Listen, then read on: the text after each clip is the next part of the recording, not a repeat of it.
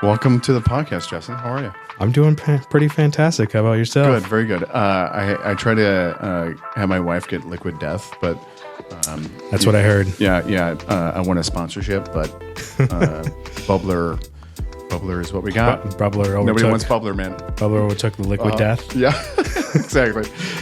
For everybody who's listening, this is Justin McConnell. Am I saying that right? Yes. Okay. Yes. Yeah. Why are you here?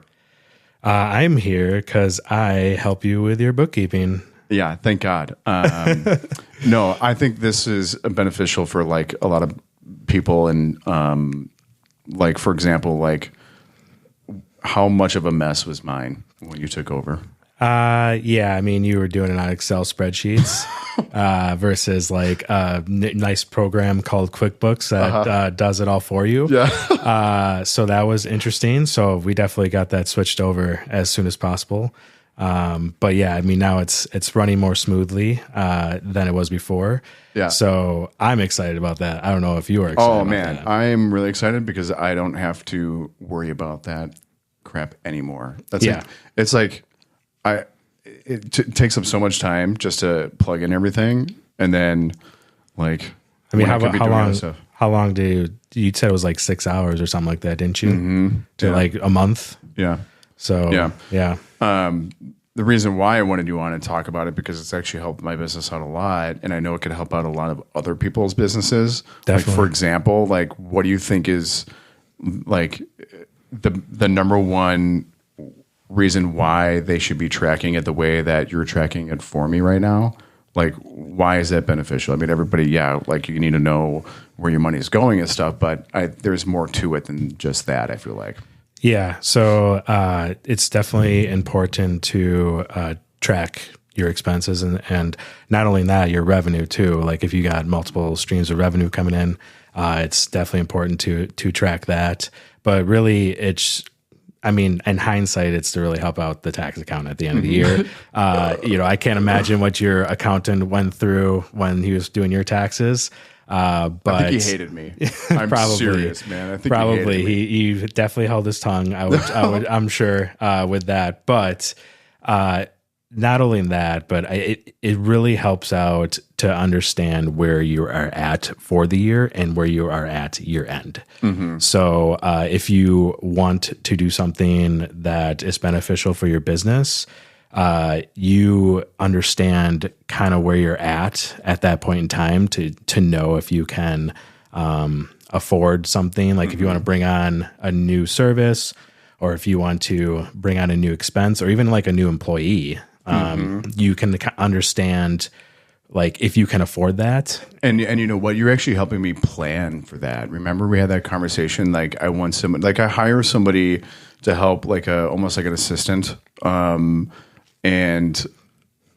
I can't do that right now, but I have to put a plan in place. Like, okay, what my expenses that are reoccurring, like what do I call it? Cost of goods sold. It's not. Yeah, it's not. It's more it's so not like, for me, but for other businesses, it's cost of goods sold. But what is this? So the technical terms. I mean, you're more interested in like your cash flow. Mm-hmm. That's it. Yeah. So like cost of goods sold is more so like tailored towards like manufacturing or like construction, like cost. What you're spending your money on to basically gain your profit. Yeah. But like in your case, it's more so just like you're looking at your revenue and you're looking at your expenses and you're looking at your profit. And with that profit, can you use that either to reinvest in your company or Exactly. Do other things with it? Because you're helping me discover. Because I know when we first started, it's like we don't have. Because that's when I started my team. So we don't have enough months to like really gauge because of the startup costs and stuff. Mm-hmm. We're getting to a point, hopefully by the end of the year, what is like the average expenses, and then you're going to help me find out what, other than the percentage, just to cover that and then grow it a little bit. But how can I streamline that, or how much should I be pulling to get 6 months reserves to hire an assistant? Yeah. And I think that's what's really important is. Like, because if we didn't have that, if I didn't have you helping me discover that, I think I could pull the trigger too late, or I could do it too soon, and then really screw myself in the end, really. Yeah, I think like really going through your financial statements on a monthly basis, like after everything's in, and really going through your profit and loss to understand where you're at for that month, it can allow you to kind of like game plan some decisions. Because like you said, you don't want to do something too soon and then all of a sudden you don't have the costs later on. Especially bringing on somebody new, like now you're treating, you're trying to do everything you can for that person. And if you can't afford their salary, like that's like the worst thing that can happen, mentally, I feel like. I think that's why a lot of people don't hire sometimes is they are so scared, like, because they have somebody's lives in their hand, Yeah. And you don't want to be like, I can't afford your paycheck. I'm sorry, I'm going to have to cut you, because it was poor planning. And that's where I think this type of scenario is super helpful. Is whether you're bookkeeping yourself and you're okay with spending that time, but to be able to track that or hiring somebody else like you, it's so important for like any type of business. Yeah, and even like starting out, you don't really know what exactly like the path that's going to be set forth for you. So, it's really important to kind of come up with a game plan, especially like not only for in the real estate world, but also, for every business that's out there that they're wanting to start. So, yeah. I had a thought on that, and that was, like for people starting the business, like any kind of business, what is the main thing that they should be worried about, or they should be like, how do they plan for like the business, I guess? Yeah. So especially when they don't have like a history of, you know what I mean? Yep. Mm-hmm. So like, the technical term is to create a business plan, kind of like what you just said. So it's really important to kind of understand like what you're getting into, like what your target audience is going to be, like the funding that you need, the risk with it, any like sort of financial stuff that you need. Like it's really important to figure that out before you even like kind of start the first step. So like, with a business plan, it doesn't need like there's thousands of business plans that you can like look up and follow.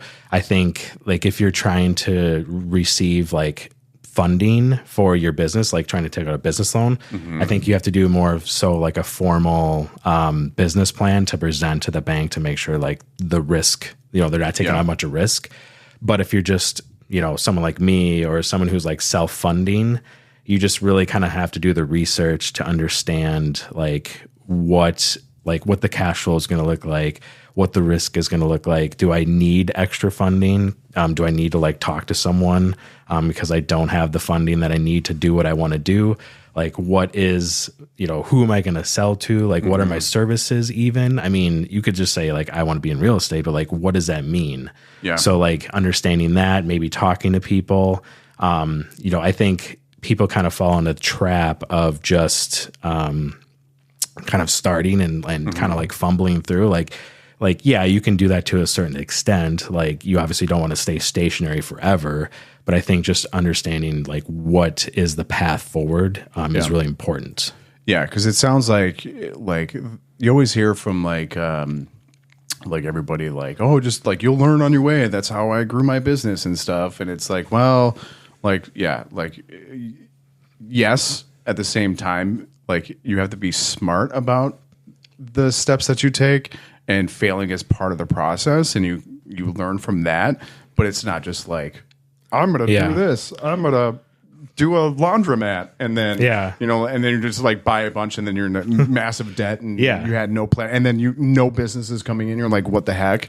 But if they would have done some kind of research in the beginning, Yeah, I mean, like you could do some sort of analysis to understand, like if you want to do a laundromat or whatever, to be like, well, okay, if I'm gonna buy a laundromat for like $100,000, like do I have the money for that or whatnot? So like, yeah, people just kind of get caught up too quickly, and then all of a sudden, like, because the stats are out there, like so many high percentage amount of businesses fail. I feel like that's a contributing factor is they like go too big too quick, and then all of a sudden they either run out of money or like it's just not working out. So doing that research in the beginning is important. Now, speaking about it in like the beginning, luckily I was taught this when I just got into real estate, was like actually holding money for taxes. Yes. Because we're 1099, so we get the full check. It's not Right. like they're taking it out for us. right. Luckily, again, like I said, like I was coached that with some people that I was friends with in the office. But I know that there were agents out there that, man, they owed like 40,000 all the way up to like 100,000. That's crazy. Where they didn't pull anything out. And it's wild. That so is how do wild. people plan for, maybe it's not like just this real estate business, but how do people, what should they know getting into it so that they aren't in a, like when it comes to pay taxes, or I guess in the tax realm, what should people be like focusing on? Yeah. So like you just said, like, you're basically being paid the gross revenue. Like you're not a W-2 employee anymore. Like the tax doesn't come out per paycheck.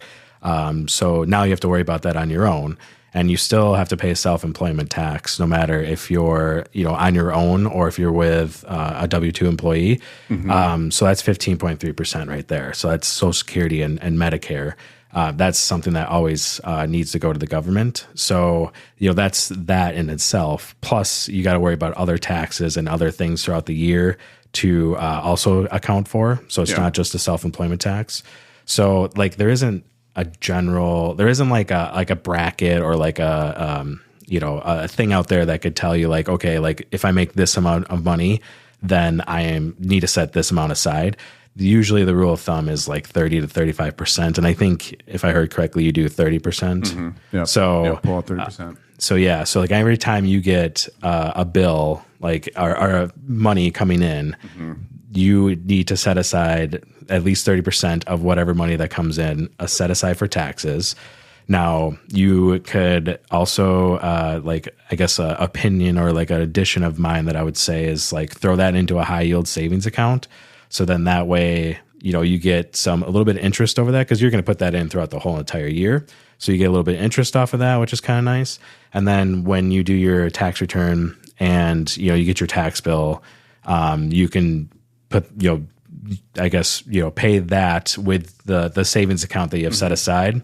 And then, with the money left over, you can reinvest into, your business. Or if you need to owe a little bit more, then maybe next year, maybe have it like at 31% or 32%. So now a question for you, because this is where I should know this and I don't do it. I don't even have my tax account in a high savings yield. Yeah. Where can I do that? Well, you could just do it at your bank.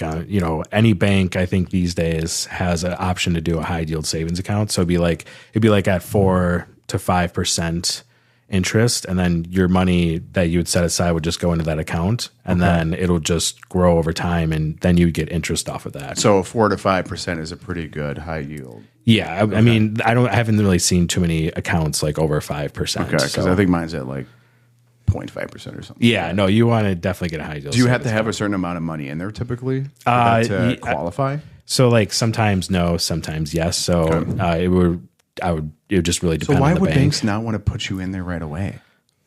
Like for me, like I went in with a business account. I opened up a business account, and then, which we'll talk about in a second, by the way. Yeah. And then in the savings account, I wonder why they didn't.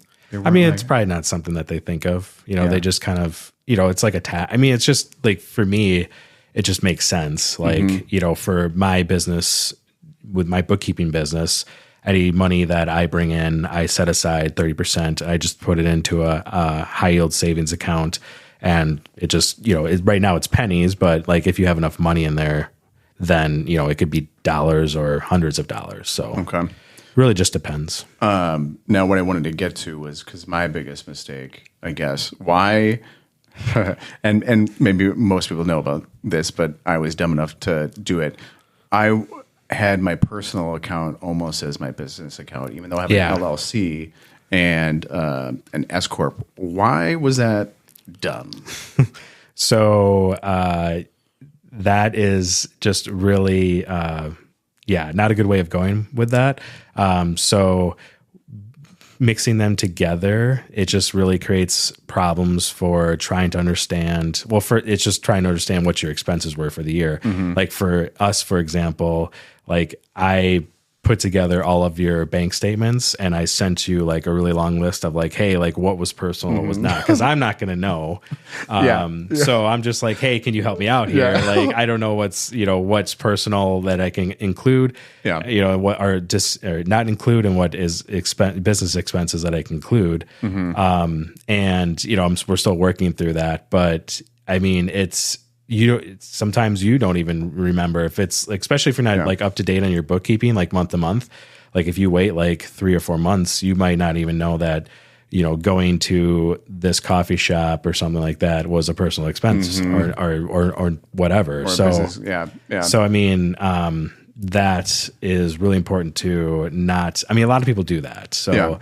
Like it's really important to like even just getting not even a business account. Like if you are running things through your personal checking account, just get another checking account and open that up, and then just funnel all your business revenue and expenses through that. And it's so easy though to create it. I mean, you could create an LLC and have it almost the next day, depending on what LLC you're creating it for. But for me, it's like I clicked create, and like I got it like an hour later, and you could literally take that articles of incorporation, go to the bank, and they'll open up a bank account under it with it, which is crazy. Now, is there truth to like, let's say my business, I don't know, like I was showing a house and somebody slipped and fell. I don't know. I'm just, whatever.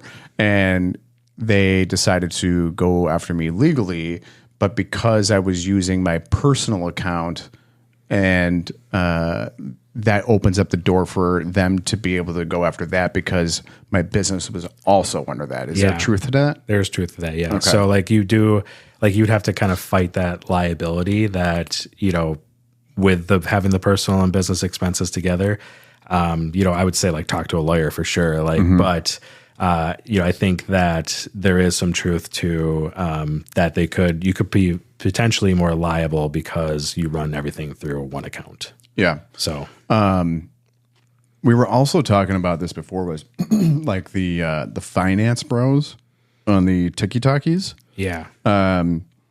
Like what are you hearing most of that you're like you cringe every time you hear it? And you're like, don't do that. Like I've done it like where it was like the stock bros. It was like, dude, put it in. It's going to the moon, and then you do it, and it's like, oh, I just lost $1,000. So great, because I listened to somebody on TikTok because I'm an idiot. You definitely don't want to listen to stock advice on TikTok. No, don't do that. So definitely don't do that. But so I would say there was like a craze like a couple years ago, 2-3 years ago. It's kind of died down now. But you'd hear a bunch of videos. Specifically, it revolves around assets, but specifically a car. So it would be like, oh, like you could take Section 179 as long as you buy a car that's over 6,000 pounds and you use it more than 50% for business. You can write the whole purchase price off in the first year. You can write off the whole thing. There's some misunderstanding of that. First of all, it was bonus depreciation. It wasn't even Section 179 because that involves like a whole nother set of write-off brackets for depreciation. So it was bonus depreciation. Okay. And you could buy a vehicle and write off the purchase price within the first year, like 100% in the first year depreciation. Okay. But you had to use 100% for business and not 50% for business. So everybody was saying 50% of the business. They're like, oh yeah, as long as you can do 50% for business or more, you can write off the full purchase price and depreciation the first year. So is that the Mercedes G-Wagon that was the whole G-Wagon? I freaking hate the G-Wagon. I think it's the ugliest car in the world. Yep. And I could see my creative producer just going like, really? Yeah. Hey, but the Cybertruck is over 6,000 pounds. Yeah. So, how about that one? Well, just an FYI, the bonus depreciation is like phasing out. So it doesn't even matter anymore. And I don't use it for 100% business. So that's not going to work anyways. Right. So but here's the thing, like everybody needs to understand is the IRS does not care like what you deem as a write-off or not. Like they are going to present you with, you have to, basically the burden of proof falls on you too. So like, if you think like, oh yeah, like they're not going to know that I'm using it only like 60% for business. Okay. Like the burden of proof falls on you that you have to prove that. So, okay. So that's when you get audited basically. And they're like, well, yeah, I mean, like you might get audited. Yes, you might not, you know, they go back so many years. But so there's a chance that you might be okay, but you still have to substantiate that you know, this was a necessary purchase for your business, and you still have to, you know, come up with proof that you used it 100% for business when you know, really did not. Yeah. And what does that look like? You know, so I just think that if you're going to listen to these finance bros on like TikTok, you should never do a write-off for the sole purpose of like limiting your taxes. Like you should never like do something that is just for the sole purpose of a write-off to help you at the end of the year for your taxable, to reduce your taxable income. Now, why is that then? Because I just think that is like, in my opinion, I think that's financially irresponsible. Like you, like just seeking out something to be like, oh, I want to owe less taxes this year, so I'm going to seek out something that's going to reduce my taxable income. And you're saying that most people like will buy that car trying to push it as like a tax write-off just to reduce it. Right. But then that gives them the risk. Yeah. So like, they're like, you know, these guys will say like, oh yeah, like this is a great way to reduce your taxable income. Buy this car as long as it's over 6,000 pounds, whatever. It's like the Grant Cardone story where he's like, I bought that plane, that G, whatever it is, G-Wagon, but with wings. Yeah. Just to reduce, but now he's got this, and then it just reduces the taxes. Like, you got to think about it. But Grant Cardone drives me nuts, by the way. A lot of the videos were like specifically saying the G-Wagon. So like, you know, like for you, like ride around in a G-Wagon, like going to like show clients houses and stuff, like super cool. You know, like it might be a cool thing to do. But like Joe Schmo, like me or like somebody else, like buying a G-Wagon, like those things are like $250K. Yeah, they're really expensive. So like, but they have to be 1099. They have to have like it has to be like you have to own a small business. It's not like you're W-2 and you're trying to reduce your taxes, right? Right. Yeah. Right. Okay. So like, so yeah, I'd be like, if you're just doing that alone, I feel, or it's just not responsible for business. And like you have to, like the payments still have to go in, like the payments still have to, for it. There's still a loan. I mean, like if you pay cash for it, like fantastic for you, but if you take out like a 5-year loan, like you still have to pay that over the course of 5 years. So great. It helps you out the first year, which is fantastic. But what about all the other years? Are you going to have the cash flow to make sure that you can, you know, spend that amount of, or to afford like the principal plus interest? Who knows? So that like reminds me of Schitt's Creek. Yeah, it's a write-off. That clip where he's like, that's a write-off. That's right. Yeah. Who's paying for the write-off? The write-off people. I don't know. Yeah. I think the only thing that I do in my business to reduce my taxes is actually buying like long-term rentals, just because I could use that accelerated depreciation. But again, I feel like that's like the smart route, because it's one, you could like, okay, sure, it reduces the taxes, right? Which is awesome. It appreciates in value over time. Yep. And then you get passive. Well, I don't like saying passive income. There's still work into it. Right. Which you notice when I get a duplex and I'm like, I got to work on the duplex to flip it just to get it ready for rentals. I can't do anything because I got to do so much work on it. Yeah. I know. I keep saying that I'm going to like hire somebody to do it. But then I see the price tag for some of these, like flipping a bathroom for like 10 grand. It's like, geez, that thing is so tiny and you're going to like, what the heck?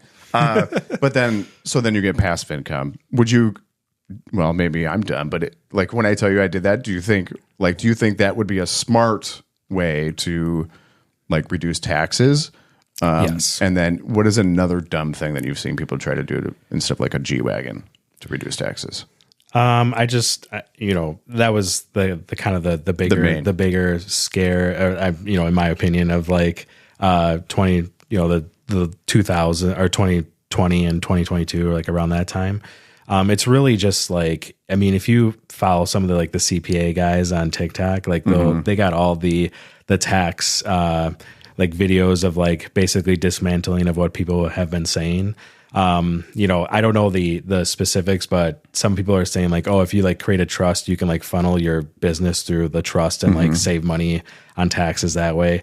That has also been like dismantled by CPAs. So like I said, like anything that you like, if there's something that you want to do to like reduce your taxable income, just talk to your CPA. To somebody. Just talk to your CPA. Dude, this TikTok guy was like, can I do that? Because the Section 179 thing, even though that's been phasing out for the last couple of years and it's going to be done, I think, in 2027, like CPAs, I've still been hearing that CPAs are still getting that question where like, oh, if I buy a vehicle that's over 6,000 pounds, can I write off the full thing in the first year? It's like, no, you can't. Right now it's at 60% and you still got to use 100% for business. Yeah. So, I just think that just talk to your CPA before you start doing anything drastic with your business, like buying a G-Wagon. Like that's a huge price tag, or like just doing things that involve like a lot of work and like a lot of legal stuff. Just include your CPA. Really, it's actually buying something that's beneficial for the business, not to try and reduce your taxes. Right. Like if you buy a business vehicle, just like go buy a Tesla, or go buy something that's like that could be used like for your business and like is reasonable. Like great, you have a flashy car, that's awesome, but like is that reasonable for you? Or like, I mean, it's somebody who's getting into the trades, like starting their trade business, they could actually buy a van, like one of those like that would make sense for that, right? So one of the last things I want to talk about is also like the thanks, Roosh.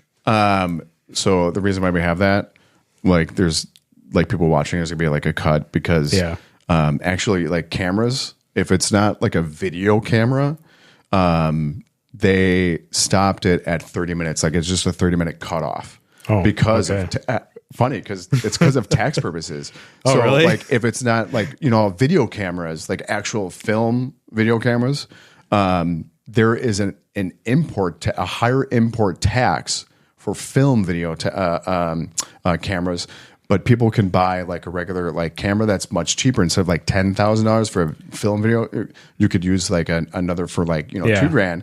But because it's more of a camera, not a video camera, it avoids like the high taxes for it. So they put a 30-minute limit on it. It's like, because they don't want, what I mean? So they want you to, it's crazy. So basically all those podcasts that have like 2 hours, 3 hours long, it's a straight up video camera. It's a real video camera. Wow. Yeah. It's not. I did not know that whatsoever. No, we didn't know that until our first podcast when it just like shut off after like 30 minutes, dude. I was like, oh, that's crazy. Like, no. So that's why. But one of the last things I wanted to kind of touch base on was like, now that we're getting towards the end of the year, I want you to explain like how we're going to take the information that we took by gathering all the, the recurring expenses, what was paid or whatever. How is that going to help anybody in a business for the next year? Like, I guess like business planning startup, but it's like, okay, growth. Yeah. So basically what we're going to do probably more so year end, maybe into next year a little bit, is we're going to start budgeting for your 2025. And by doing that, we're really just going to dive into each of the accounts and see like what you're spending. Now, like what you talked about, you've kind of had a lot of startup costs because you kind of went your own way. So you had to like get some of your own stuff. So like we don't want to use that data because, that's going to obviously make things a little bit higher than what it is intended to be. Skew a little bit. So like I just wanted to kind of get the last like 4 months of the year while things are kind of like normal in a sense, like normal spending. And then we're going to use that in 2025 to kind of, set you up with your 6 months reserves that you really are passionate about and doing, which is great. And then also like if you want to add anything in 2025 or if you want to like add someone to your team, like and you're paying for that, we will know like kind of what that looks like and at what point, like we've kind of said before, at what point can we add like these massive expenses? Like, I don't know how easy it is to like know how many houses you're going to sell in a year or whatever. Because you said with Austin that he like has like a breakout year, or where you thought he's basically doing double of what the average person is doing. So like, can you? I did. So you can either apply that to the next year, where is he going to do another 20? Is he going to do like a doubling that to 40? Right. Or what? So you kind of got to, sit down and kind of figure that out. So that's kind of what we're going to do probably around year end into like January, February of next year. I mean, obviously I think like this is the time where you really want to start thinking about next year. And, how can somebody think about the next, you know what I mean? It's like, I want to do this, and this, and this. Well, it's just kind of like their Christmas list of what they really want to do. I mean, it's what they want to do with their business. Yeah. So, if you figure that stuff out, then do you have the revenue to support that of what you really want?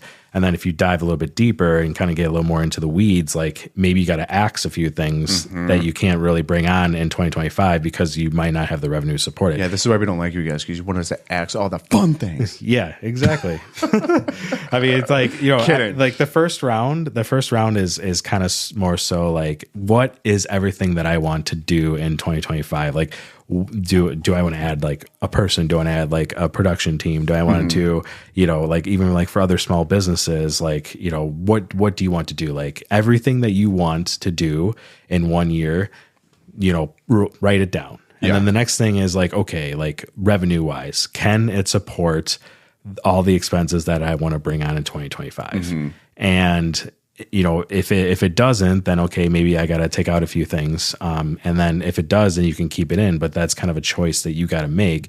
And obviously like, things happen, over the course of of everything. So you kind of got to factor all that in. Actually, and I think that's what I might do because when are we planning that? Are we saying December? We're going to do it? Yeah, like okay. I want like expenses through December at least. So then maybe what I do then is, this is perfect, because then I didn't even think about it that way, because I thought it was just going to be a meeting and be like, okay, this is this, and if you want to whatever, like, okay, so I just kind of put together like, you're like my Santa, dude. Yeah. For my business, dude. Yeah. Okay. Yeah. You like literally whatever you want. No. Whatever you want. Maybe. Yeah. Okay. Whatever you want to do. I'm just going to put G-Wagon on it just to see if it slides through or not. It's going to not right away. Right away. I'm just going to reject that. Yeah. Okay. I mean, well, I'm not. But what if it says G-Wagon for Justin though? Well, you wouldn't drive that. I can't see you than that. Maybe your girlfriend though. But again, like, to get back to the point, like you could do whatever you want. Like I'm going to be the person. I'm going to be the person that's going to be like, we probably can't afford that, but do you like if you're my voice of reason. And I might have to tell you like, okay, you have to sell this many houses in order to get this specific thing. We'll figure it out. So that's perfect. So that obviously it helps you plan. It's like you have big goals, but can the finances support the whatever you want to help get you to that goal? Right. Okay. And then like another thing too I want to add is like you can forecast like the rest of the year. So like basically, January, we'll have January actuals in the budget. Okay. And then you can kind of know at the end of the year, like, okay, this is where we're going to be at based on what we budgeted for the other months when we go through everything. Okay. And then you can kind of do that month by month. And then if like something major happens, like let's say like there's a housing problem or a government or whatever, like I don't know what happens exactly, but I'm sure there's issues in the housing space. Oh, yeah. So like then we can like create like what they call a plan. So basically just redo the budget from that point and then through the end of the year. And then, we just kind of rearrange some things around just to make sure like we stay on point. But yeah, I mean, I think that's, that could be why a lot of businesses even go out of business, is because they don't like restructure when times change. Right. So, like wrapping up, because and I've been trying to do this I did it with Austin.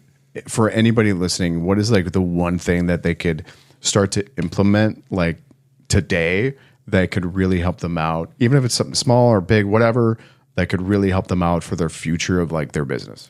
Yeah, I think just understanding your P&L.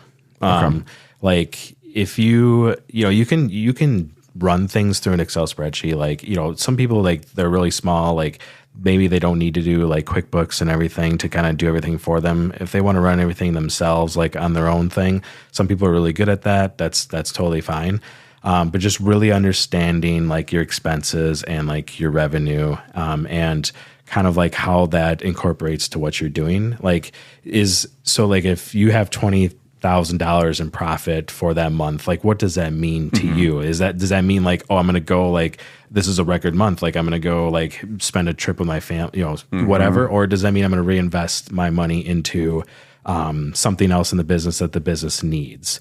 So like just really understanding your P&L and just honestly like trying to see what you can do with what you have to set yourself up for the future. Like, for example, like 6 months, in reserves, like that's kind of like a standard that is out there for everybody, even in a personal lives, just having 6 months worth, just in case something does happen.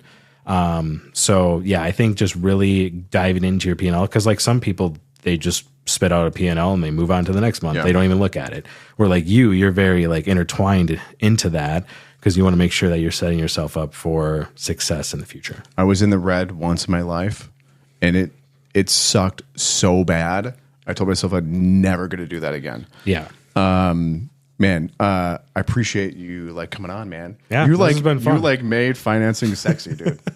Yeah, I mean, like I tell you right now, like bookkeeping is not like a fun topic. Like it doesn't like there's not a lot of engagement in like bookkeeping and the posts that I do, but it's kind of a necessary thing to put out there in case like, because you don't know, like someone could have an issue and then they can see your post in that exact moment and be like, wow, like that's going to help me out with whatever's going on right now. Or you know what, maybe like it's a good thing for me to reach out to someone to like help me through either like getting caught up, like maybe they're so far behind, they're like, I've just thrown in the flag, like I can't, I don't know where to start. Exactly. So they need help, with someone like me or, with someone else. So yeah, I mean, like, you have no idea when that post is going to like be able to help someone in that moment. And then when it does, that's kind of what we do. Yeah. So even for you, I mean, same thing. Well,